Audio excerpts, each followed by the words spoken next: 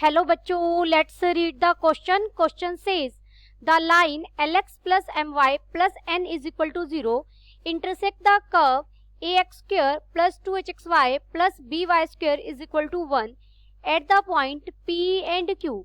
The circle on PQ as diameter passes through the origin. Prove that n square into a plus b is equal to l square plus m square. First we see the की concept. देखिए, हम straight line के concept होमोजिनाइजिंग का use करते हुए question को solve करेंगे.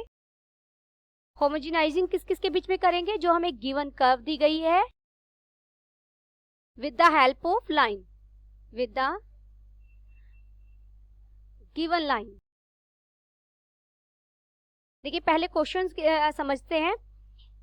कोई लाइन है lx plus my plus n is equal to 0. मैं लिखती हूँ, लाइन को मैं l से रिप्रेजेंट कर रही हूँ. क्या है line? lx plus my plus n is equal to 0.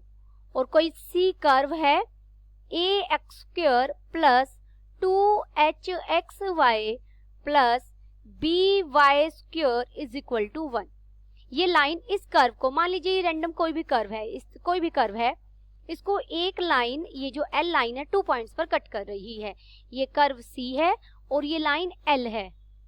हमें किन 2 पॉइंट्स पर कट कर रही है? एक पॉइंट P है और दूसरा पॉइंट क्या है? Q है. और PQ को डायमीटर मानते हुए हमने एक सर्कल ड्रॉ करना है. और वो सर्कल कहाँ से पास हो रहा है? ओरिजिन से पास हो रहा है.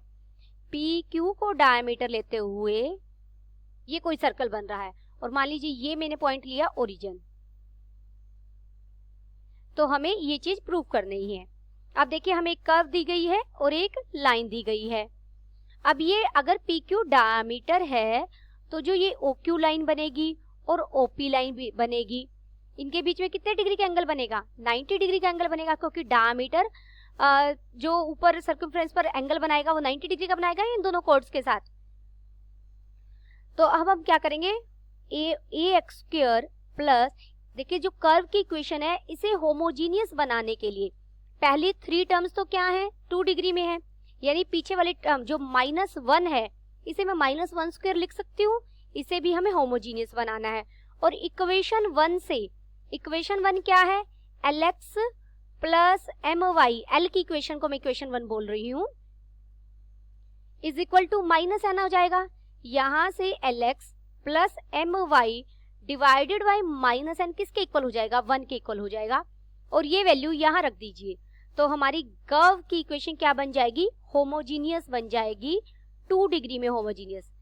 पहली 3 टर्म की डिग्री तो 2 थी ही, और ये माइनस और 1 की जगह मैंने लिखा lx plus my minus n का स्क्वायर इज इक्वल टू 0.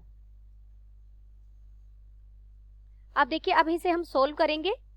मैंने पहली 3 term ax square plus 2hxy plus by square तो एज इट इज रखा, माइनस अंदर मैं होल स्क्वायर ओपन कर रही हूँ. lx था, ये बन जाएगा l square x square plus m square y square plus 2lx my divided by n square हो जाएगा is equal to 0.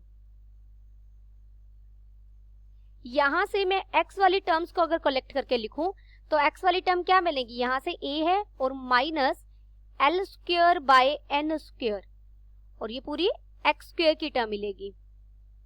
Plus y square की लिखेंगे तो यहां से b मिलेगा और minus m square by n square, ये हमारी y स्क्वायर की टर्म है. प्लस 2hxy माइनस 2lm में आगे लिख रही हूँ xy and divided by n square is equal to 0. यही हो जाएगी. अब देखिए, इस इक्वेशन को मैं और कैसे लिख सकती हूँ? अगर यहाँ पर अब ये 2, ये क्या, ये इक्वेशन किसको रिप्रेजेंट कर रही है? Pair of straight lines. कौन सी straight lines? Pair of OP और OQ को रिप्रेजेंट कर रही है. और OP और OQ के बीच में हमारा जो एंगल है वो कितने डिग्री का है? 90 डिग्री का है. अगर 2 लाइंस के बीच में एंगल 90 डिग्री का हो तो वो किसको रिप्रेजेंट करते हैं? तो उनके स्लोप की प्रोडक्ट क्या आती है? -1। चलिए लिखते हैं equation, this is equation first, second. First हम पहले नाम दे चुके हैं, equation second represents a pair of straight line, और ये straight line passes through origin है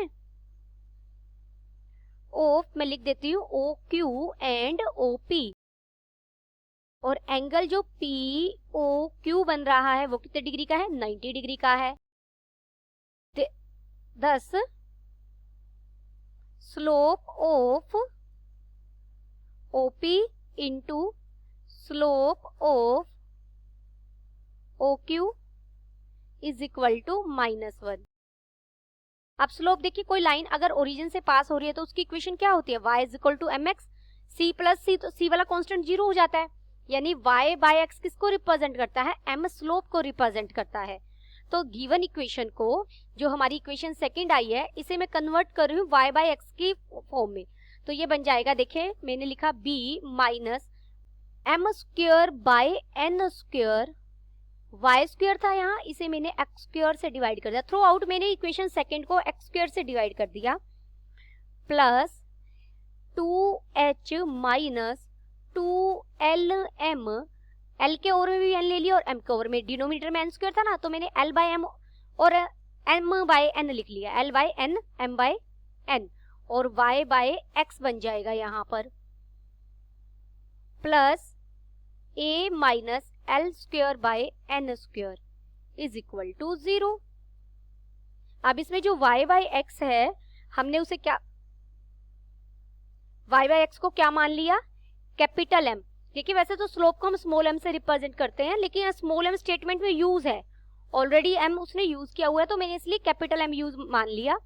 तो ये इक्वेशन क्या बन जाएगी? b minus m square by n square, और ये क्या बन जाएगा? Capital M square plus 2h minus 2l by n into m by n, और ये m, plus a minus l square by n square is equal to 0।